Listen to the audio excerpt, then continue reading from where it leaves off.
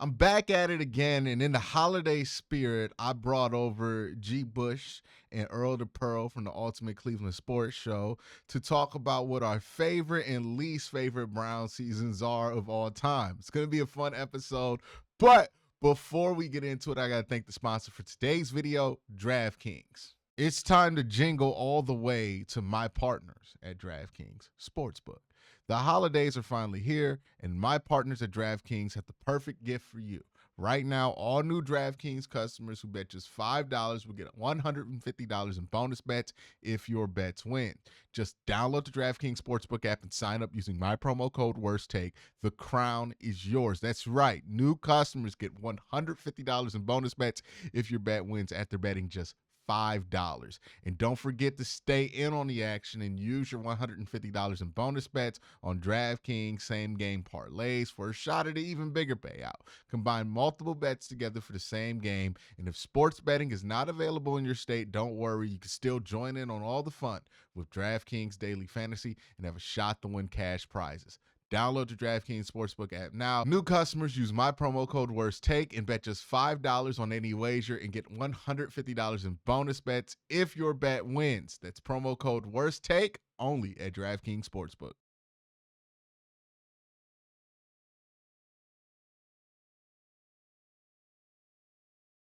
All right, all right. It's a special occasion. I got not just G. Bush, we got the homie Earl the Pearl out here in the middle of the frame. My man chose the right seat for all of this, front and center. Make sure you check out him, Ultimate 216. Make sure you check out G. Bush.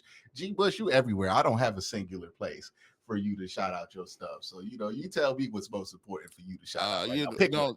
Hey, just Google, just Google, man. Just put G. Bush in there. Oh, he said Google me. Just Google. Google me.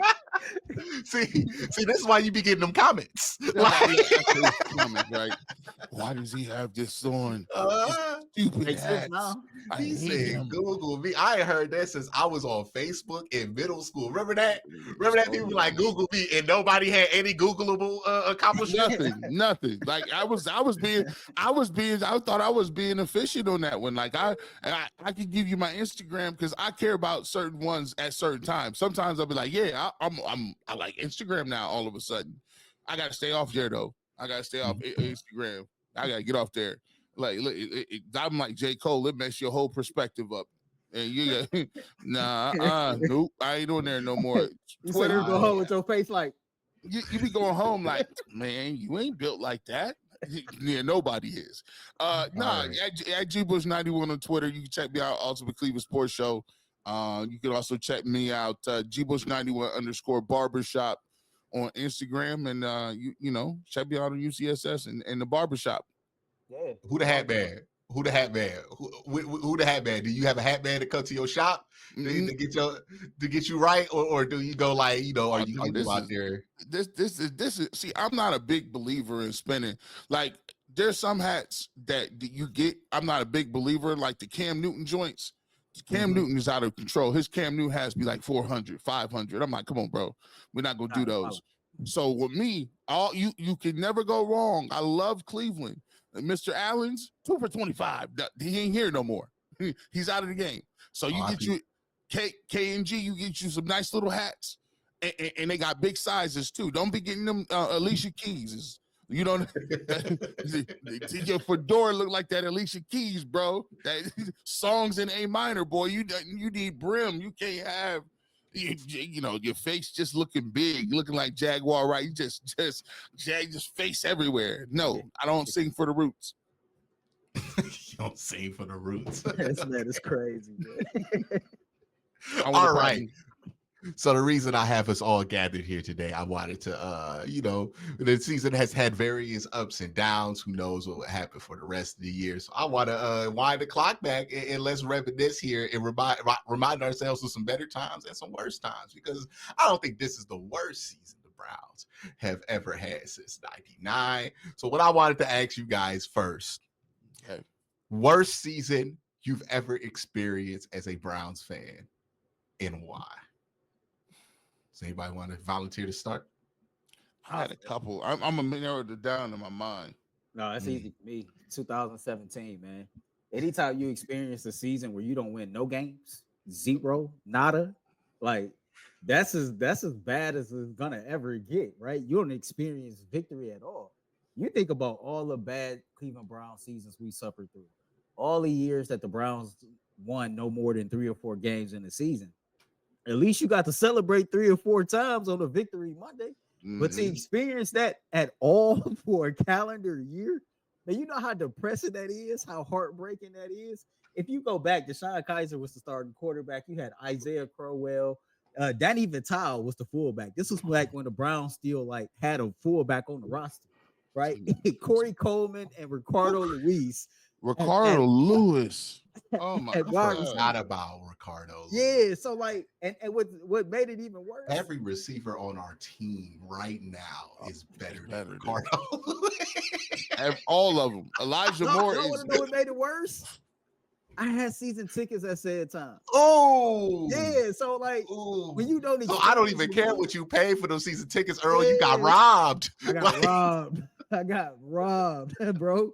I got robbed. So to experience a season with no wins, and I spent money on that, and I was tailgating too. Man, you know how much a tailgate is on back-to-back home games? It was crazy. I bet you had hella leftover bratwurst. Now, highlight of that year, I think Miles Garrett played his first game. Of course, we lost him. Oh, I was about to snap. His very first snap in the NFL was a sack. Against Minnesota, and I believe it was Nick Mangold. He got that one off on. I was like, oh yeah, So it was a spin move on the interior. I was like, that was a tough year, man. They played it. I think was that the year they played, and it was a snowstorm at the end of the year when they played the Bears. I think it was at Chicago. It was the last game of the year. I think he had a couple of sacks that game. I just remember just watching it just for Myles Garrett. Like at that point, I was still working at the Fan at the time, and I was doing the Browns radio network as the game day in game producer. And I just remember being like, this is so crazy. Like Jim Donovan used to talk between breaks, and he used to just talk about how he was like, gee, this is what sadness looks like. I was like, I'm like, bro, you say that so poetically, my G. Hey, Jim Donovan had the tendency to make anything sound beautiful, even misery. He did. Hey, G, we lost that game 20-3, December 24th. That game. I'm gonna be honest with you, man. I don't even recall that game. Like I was I think 2017. I was graduating high school. The Cavs just won. I mean, the high school, college. The Cavs had just won, and I was in the middle of moving to Los Angeles. I was like, hey, bro, whatever they do is on them. Like it was like, bad. Oh no, that was the year I was in LA because I remember they played the Chargers. I was like, should I go down to that's when I found out how big LA is, because like the Chargers were playing somewhere StubHub Stadium, and I found out that was an hour drive from somewhere else in LA, and I was like, oh my God, I'm not doing that for these sorry. Like, I mean, it was so tough. Like it was like, Earl, you remember back then, it was like the first time that I was at, like when I was really doing it and I was getting into like, you know, starting the stuff with the Browns. And I just remember saying to myself, they have no chance of winning. There was no chance of winning. I think Deshaun Kaiser threw like 22 picks or something. I think he threw. Deshaun Kaiser threw 22 picks and like 20 of them were in the red zone. I remember that because I'm like, he get to the 20. Hey, he'll get you to the 20. And then what? He played for Green Bay the next year. And I remember I used to make this point. People was like, nah, he don't even do that. He trash. I'm like, no. The thing about Deshaun Kaiser is he's good enough to get you to the 20. And then he just implodes. And then his first game, I think he scored a touchdown with like Green Bay. People were like, oh, see, it was just the Browns. And then the next drive, what'd he do? Get to the 20 and fumble. I'm like, see, that dude, right? Remember what he said in his post-draft interview? I feel like I got the body of Cam Newton and the mind of Tom Brady. Yeah, he was a prototype, apparently. Like, You are the Now, here's the prototype. crazy part about where we was in life, because I wasn't even in the game. 2017, I'm a supervisor for Earl B. Turner Clerk of Courts working at the Justice Center. Right? Ooh. Like this is not even on my radar. So I'm just straight fan mode.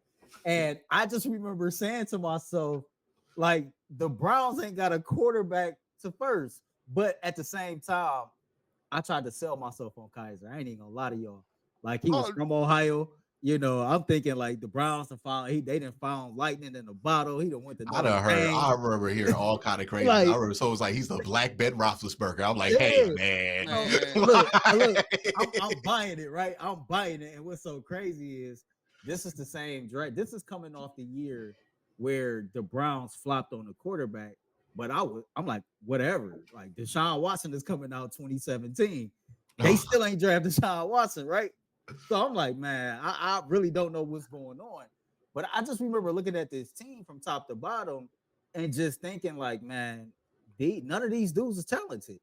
None of these dudes are legit viable NFL players. Like, even if they played on other teams, man, they like fourth string, fifth string, probably practice squad guys, stuff like that. And it's like, no shade, because again, y'all doing something that I can't do on a level I'd never be able to do it on. But just sitting there as a fan, it's just like, damn, this is the product that they putting out on the field, and this is what they selling us on. It was really hard to believe, for real. Yeah, it Kobe was Kesslers of the world, Obaniah. he talking about the running back. Running back Crystal, but he might have been earlier than 2017, right? Yeah, I remember him. He wore him 25. I remember a game. This had to be in the preseason. They went to Tampa Bay and it was raining, and this was when Josh Gordon was getting suspended, on again, off again every week. I know what you're talking about. So they had Terrell Pryor on the team. They had Terrell Pryor. They had your boy Josh Gordon and Corey Coleman, and I remember them coming out. And by the way, at the time they had RG3, like, you know, RG3 is that quarterback, and they like, oh, we got something. And then Terrell Pryor, he actually had 1,000 yards that year, and then the Browns curse got him. Just didn't sign him. Went to Washington, played horrible. Didn't take the $32 million they offered him. But I think that era is just basically for us. It's just to have the best player at one point in time we thought in the world. Josh Gordon was one of the best players in the world, and for us to just be every year to be like, is he gonna play this year? Nah. It was just tough, man. It was tough. Like, hey, you can. I don't even think it's a hot take. The Browns ain't had no skill position player like Josh Gordon since Josh Gordon. No, he had 1636. Yeah, like they ain't seen nothing like that. 1636s like, in 14 games 14. with absolutely nothing taking the attention away from him. Nothing. Like that is what was spectacular about it. There was not a soul on the Cleveland Browns worth paying attention to. It was Jason Campbell, Brandon Whedon, and what Brian Hoyer got in there Brian somewhere. Hoyer. Yeah, like was out here throwing the ball. And I think Brian Hoyer got hurt early in what the 2013. Yeah, in the 2013 season. On like the Thursday night game against Buffalo. Bro, I was there. That was the night that they honored Jim Brown. And then it ended up, I think the other quarterback came in. EJ Manuel was the quarterback for the Buffalo Bills at the time. Wow. Hey, but keep swinging. When you looking for a quarterback, nothing tells me keep swinging like Buffalo, right? Hey. EJ Manuel, Tyrod Taylor, the Peter man, just kept swinging. And then they got another one before that too. What's his name? I'm trying to think who they think had. About the Peter man? Nah, it was one before that. Tyrod? No. You talking about the dude that was at the Flutie, Brad Johnson or something like that? But you gonna lose your mind when you hear this. They had let's see, what is it? You talking about when they was wearing like the red and like the navy blue? They had Fitzpatrick for a minute too, didn't they? Oh yeah, they did go all in on Ryan Fitzpatrick. Yeah, hey, kept swinging, just kept swinging, just keep swinging, and then they boom, Josh Allen, 8th overall. Who would have thought it, right? Like, bam, we did. Hey, we was. I remember the conversation. It was like, I know Josh Allen was the one that most people J.P. Lossman. Oh my God. Trent Edwards. Whew. JP Lawson and Trent Edwards was before Ryan Fitzpatrick in 09. That's crazy. Yeah, if you go back long enough, there's some crazy quarterback names out there getting away with it. I'll go with my least favorite season. I don't know why this did this to me, but 2012. No, was it 2012? It was the year where we had Brian Dable and Colt McCoy. And I remember the exact moment, for the only time in my life I checked out a Brown season, was when I saw Colt McCoy come back from a concussion and then immediately go 3-0. And I was like, why he come back? Like, why y'all rooting for this? Why did that scar you? I remember because my dad was like the biggest Colt McCoy guy, and I just did not get it. He was like, the kid's got heart. He's just got that moxie. Like my dad was all in on that Colt McCoy, and I was like, man, I know he's cheeks. And then he came back into the game, and everybody but people roared for Colt McCoy coming back into this game versus the Steelers as if it were Tom Brady. Like, yeah, we got a shot now. We got Colt. I just remember looking at the TV like, y'all really getting, like, really? Y'all think this dude going? And then immediately Colt McCoy came in, looked like a man with a concussion. I was like, nah, man, I'm out. They get 2 yards of possession. They go 3 and out. They don't even punt the ball well, man. Like, it's just, hey, man, can Josh do something? And it wasn't like Josh was like that anymore. It was at the tail end of Josh's, like, home run. So I'm just like, damn, man, like, there's nothing. We talk about bringing in Frosty Rucker in the offseason. Like, it was like Jabal Shear to switch from 3-4 to 4-3 8 different times. I remember thinking to myself, I was watching a Browns game that season. I was like, hey, man, what value is this bringing to my life right now? Like, everybody was last name was Smith. Robert Smith. Robert Smith. Sean Rogers. D'Qwell Jackson was the only thing worth being excited about. Like, it was just, it was bad, brother. Look, them 20 teams, I will always argue, yeah, we went winless in 2000. Hey, that's what Lawrence Vickers was our fullback. Our fullback was better than our running back. Oh yeah, I will always argue. By the way, shout out Montario. Montario Hardesty. Terrence Big West. shout out Montario. I would never say anything bad about Montario. Shout out the homie. Like, but I remember watching like 2017. I was like, you know what? This gonna be over soon. It's obvious what they're doing, right? Like, I could get through it. In the 20 teens, man, like in the early 20 teens, this was what they was like. They was trying. Like, this was like, hey, we trying to win right now. We saw Willie McGinnis, right? Like that era of Browns, the forever 4-12 Browns is what I call that era of them. And you know what made it worse, Earl?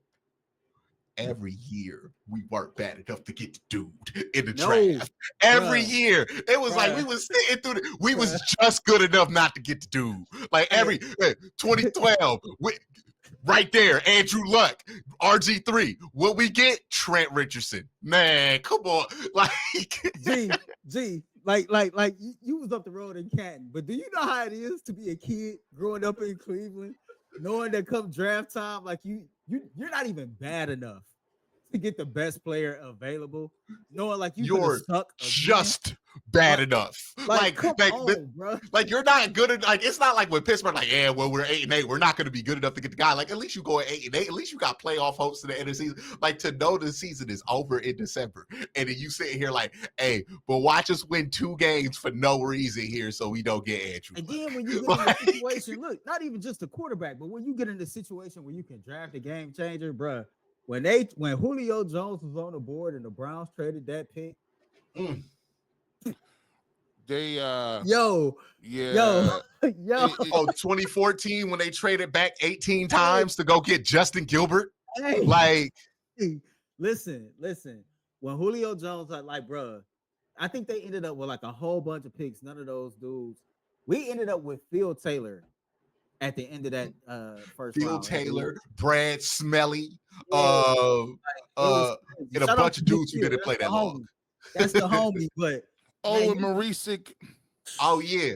My bad. Was it Marisic, not Smelly? It was Owen Marisic. Yeah, yeah, yeah. Or Mangini traded for all the old Jets players.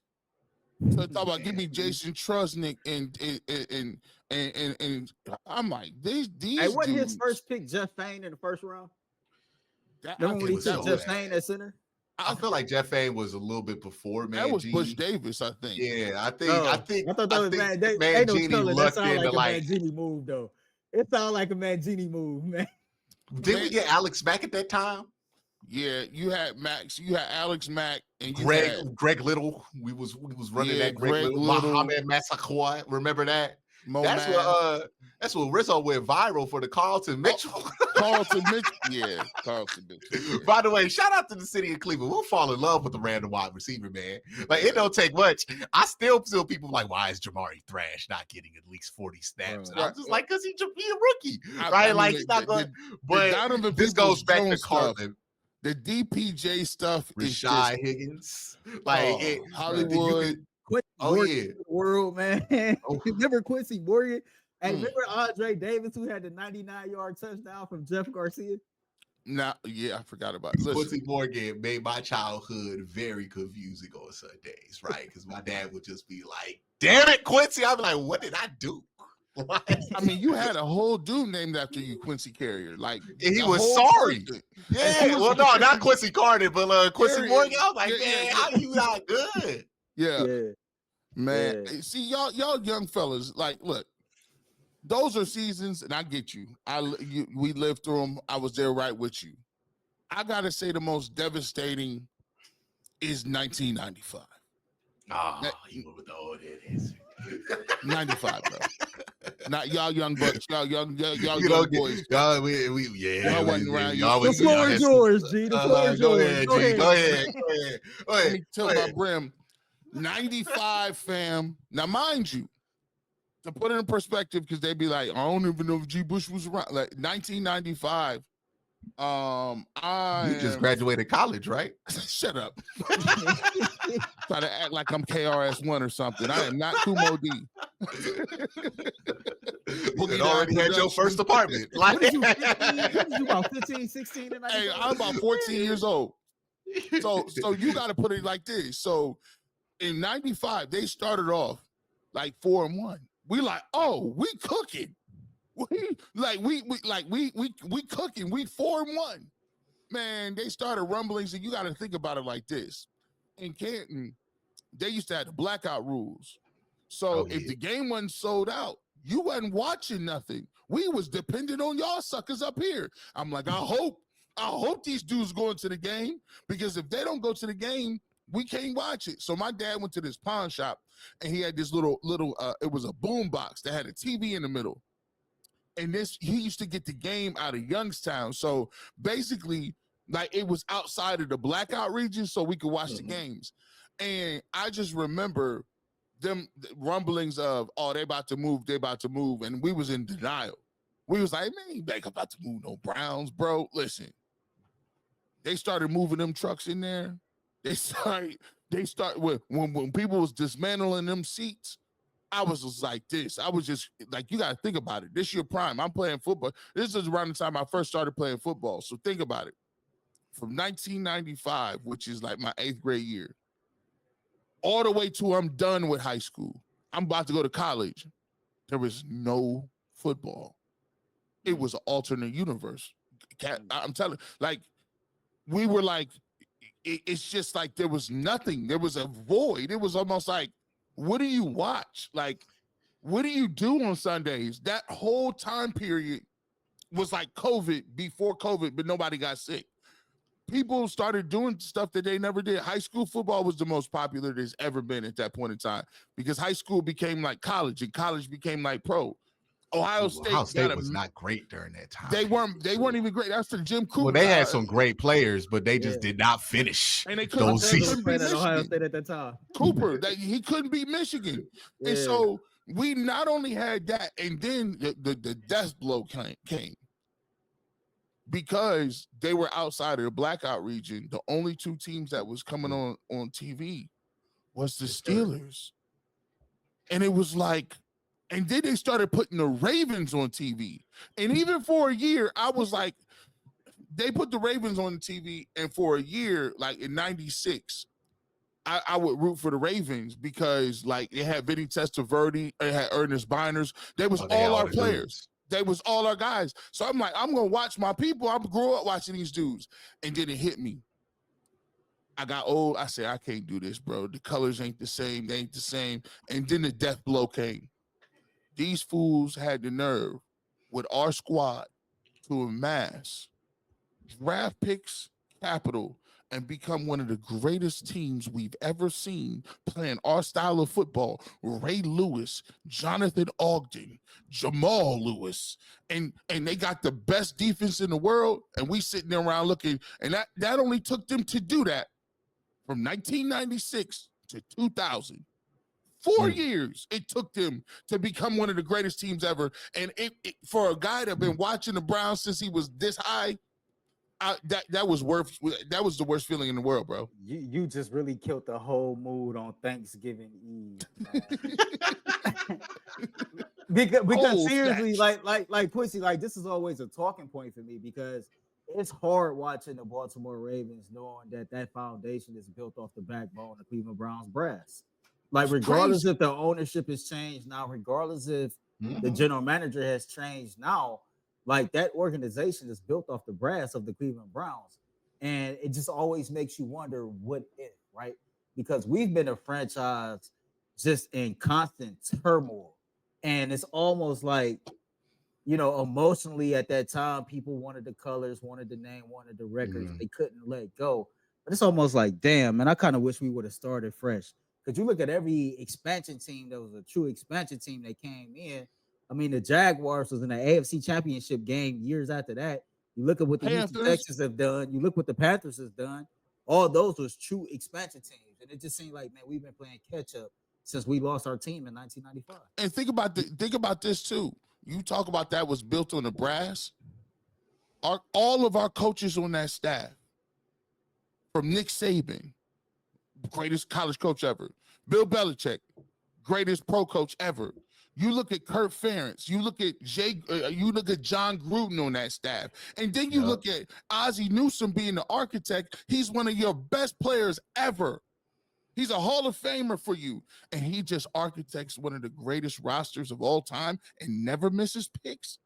That's devastating. Everybody who came from that was good except for us that was left holding the bag. And it's by the way, left out on, hey, bro, let me go get Lamar Jackson. I was just about to say that, Quincy. And the sad part, his last little rap. He could have left it alone, right? Because he drafted Hunter Henry that year. It could have just been like, oh yeah, you missed. He's out. First round. Yeah. Let me make sure I'm straight. Let's go get Lamar Jackson. All right, yeah, cool. And right, Mark Andrews in that draft too. Great. But yeah, definitely a vibe changer. So let's switch it up a little bit here. Favorite Brown season. What Brown season has made you the happiest? I'll start. 07 was the first, like I was 12, 13. And that was like right at the age where you start really getting into this. Like you start getting hard opinions and arguing with folk about your football team. 2007 was the first year I experienced joy watching the Cleveland Browns play football. I remember thinking that we was unstoppable. I was in the backyard. One day I will talk to Josh Cribbs about this, but I was in the backyard throwing up the football, trying to catch it on a kick return in my grandma's backyard and then running that joint back to the driveway. I was doing the Josh Cribbs all day, all year. We had Jamal. It felt good to get a Raven and let that pan out for us. I was like, yeah, Jamal Lewis running for us now. Like that was nice. Derek Anderson was throwing the, but we all knew it wasn't real. I remember my dad was like, nah, man, trade him. Like, don't fall for it. But Derek Anderson, and then you had Braylon Edwards and name redacted. We can't say his name no more. But name redacted was hooping, right? Like was playing some football back in those days. And I had me my little redacted jersey. And I was rocking at the school all the time. I think I put a picture up on social media. I guess there was with the motorcycle, right?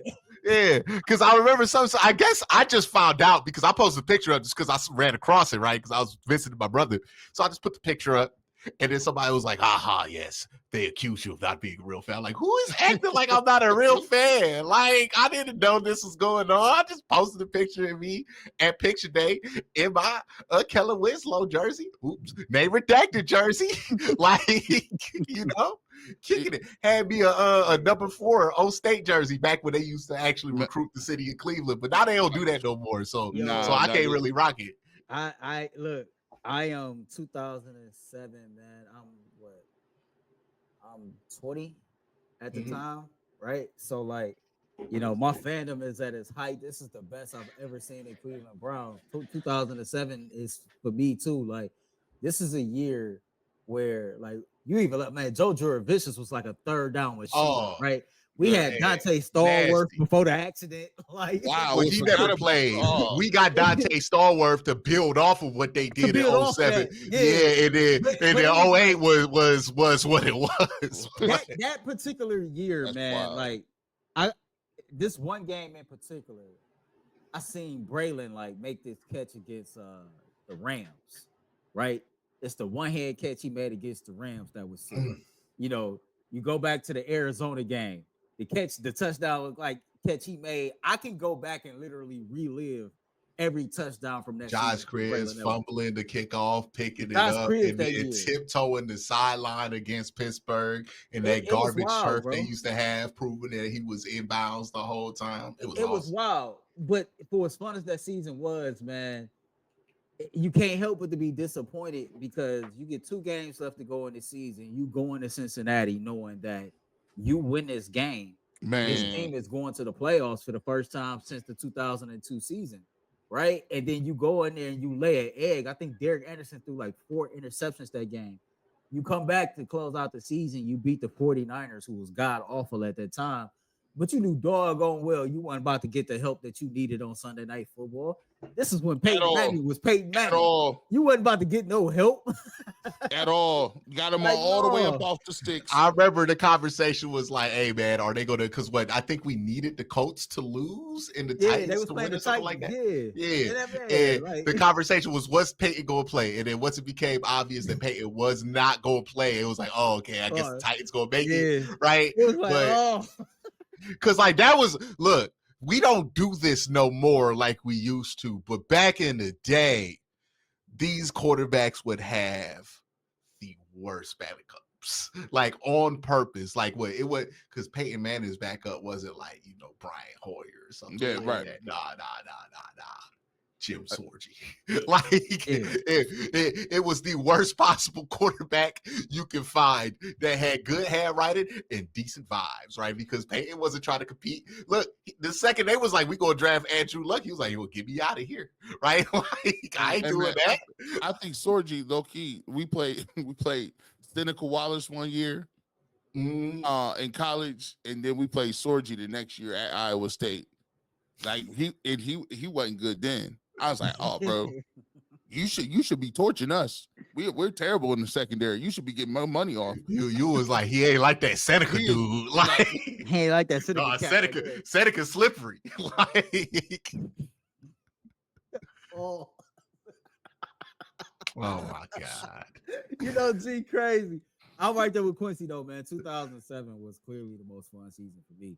Now watch G hit us with something from like G gonna be like 1986 when they made the conference championship. I'm gonna go back to the season that started the Deshaun Watson wars. 2020. Okay. I was about to say, are you about to go 2021 on us? Like, why would you pick that season? 2020 started a lot of things, bro. Like 2020, I contest. I think during the 2020 season, that's when Odell tore his ACL. And people's like Baker plays better without him. They go to the playoff game, like they beat the Steelers like 3 times or something stupid. Like in like 2, like they won the last game. Chubb got there. The thing I think people forget about the year, Chubb got hurt for like a good chunk of it too. He missed like 5. Yeah, he missed like 5 games. And Kareem Hunt like was like a battering ram. They just put him in the game and he did his thing. But I remember signature wins that year, right? I think the Dallas Cowboy game was a signature win. I Hold felt on. like the Tennessee Titans game when they were Yeah. like they had lost 1 or 2 games and the Browns went in and boat raced them. I thought it was a signature win on obviously the game they had to win to get into the playoffs the last game of season against the Steelers. I think that was the Baker Mayfield 25 for 25 in the second half game, right? Was that? Yeah. Look. Look, Baker but that it's had so me all over the place, but after that game, I was sold that hey, he was God. hey, Okay. that ride was hey, ride was hey, six. let me tell you, I still look the thing, and we're gonna do it when we do our quarterback tier list in a minute. But the thing with Baker is the thing is, man, you cannot underestimate that his good games are gonna be crazy. It Like went sometimes, viral. yeah, he went like 27. I think he threw an interception right before he started the streak, and then really that last drive. I remember watching that on repeat, thinking to myself, "Yo, this is one of them dudes." Like I told you. I I mean, can't. It was it, and then like you go fast forward to 2021, he put so much bad tape out there that it's like you don't even remember that, but it's like, man, remember that 20, that 25 and 27, I remember thinking we might got to do, and then man. he Like finished them off with the back shoulder dime in the end got zone the to Donovan DPJ Peoples with his Jones. And hands, DBJ with the toe tap. the And toe DBJ tap, with the toe and tap. I always like I always go back and think I'm like, man, if Baker were just like 4 years older, right, and like did not have that 2020 season and decide that it was going to be his show instead of like just working with Kevin, like because it became he wanted it to be more of the Bank show the year after, and I'm just like, man, y'all could have did something with that, but just remember how they didn't cross paths at the right time. remember Like how good their screen game was back then? Remember how they used to pull the screen out and it was just Joe guaranteed was 30. moving. Wyatt Teller was moving. J.C. Treader was moving. Like that was that line. There's a reason why people are surprised that the Browns' offensive line is bad now because like that line was so good that it made people forget that this line been struggling for 2 years, right? Yeah. Like they because they go back to that 2020. It was like the best. That was legit one of the best offensive lines we had seen up there with like the Dallas peak offensive line years that they had back in like the 2010s, right? Like that's how good that offensive line was and how well they were humming. They had some injuries that year. I remember the New York Giants Sunday night football game. That was the first time in my life the Browns had a national TV game. And like we just beat somebody like we were supposed to. It was not even close. Not even close. Oh, so the Eric Wright pick six was that was Joe come to Jesus moment, huh? The Eric Wright game. That's when Eric Wright had that pick six against the Giants. I remember that. Well, no, we talk about the 2020 season. Oh, okay. No, yeah. I thought you were saying like your first primetime game that you remember. I do remember. Now listen, but bringing that back, that was the game where Braylon Edwards, he had dropped a bunch of passes and he actually caught 2 or 3 of them. Eric Wright got that pick six. But that's even crazy because you mentioned that. No, that was, yeah. Was it? That was the game. No, it wasn't. I'm lying to myself. That wasn't the game where Nick Chubb ran that big long run, was it? And he ran away from everybody, and Denzel Ward got the pick six. That was against Burrow. No, that wasn't. That was a lot of that going on. Like it was a lot of pick 2020 was special. 2020 was really a special season. To Quincy's point, though, you almost it's easy to hindsight it and go, man, I wish we could have did this, but Baker get hurt and he decided to sit out. The Browns probably have a bad season, but you know what? You drafted probably best player available at the top of the first round. Baker heal up, and then we just continue on this journey, man. But I would also like to mention could have been the possibility that you let Baker heal up, he plays out that contract, and I don't think the plan ever was for Baker Mayfield to get a second contract. Right, like I don't think they were ever under that impression. But you look at that 2021 draft class and say the Browns, had a down year or maybe a couple down years. Like I think what we this is getting a little modern here, but I think what I've learned from this whole thing is, hey, bro, you can't avoid the inevitable. You got to find your quarterback in the draft. And what we did was push back the inevitable for a couple of years. But it's like, hey, bro, what we about to do? We about to go in the draft and find the dude, and that's where they have to be at. But that was a fun trip down memory lane.